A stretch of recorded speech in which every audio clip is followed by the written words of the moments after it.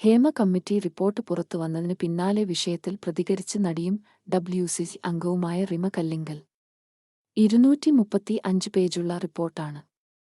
വായിക്കും, പ്രതികരിക്കും. ഹേമ കമ്മീഷൻ റിപ്പോർട്ടിൽ സജസ്റ്റ് ചെയ്യുന്നത് എന്താണെന്ന് ഞങ്ങൾക്ക് നോക്കണം. ഞങ്ങളും വായിച്ചിട്ടില്ല. ഞങ്ങൾക്കും ഇപ്പോഴാണ് കിട്ടുന്നത്. ഞങ്ങളും 4 കൊല്ലമായി ചോദിക്കുന്നതാണ്.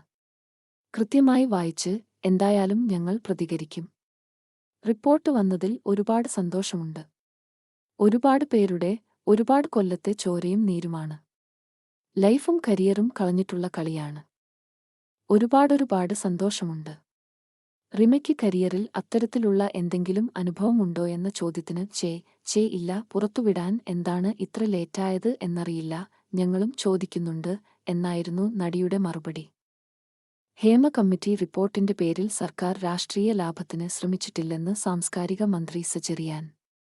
റിപ്പോർട്ട് രഹസ്യമായി സൂക്ഷിക്കണമെന്ന് ജസ്റ്റിസ് ഹേമ തന്നെ പറഞ്ഞിട്ടുണ്ടായിരുന്നു.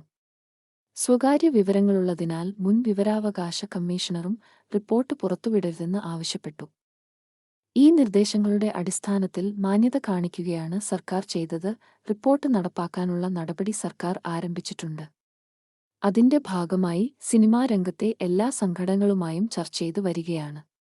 കഴിഞ്ഞ 1.5 വർഷമായി വലിയൊരു പ്രക്രിയയിലാണ് സംസ്ഥാന സർക്കാർ.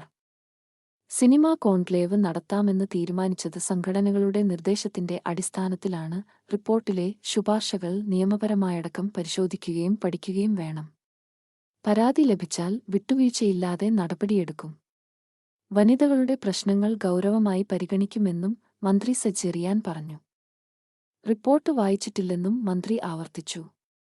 വായിച്ചത് ഉദ്യോഗസ്ഥരാണെന്നും അദ്ദേഹം വ്യക്തമാക്കി.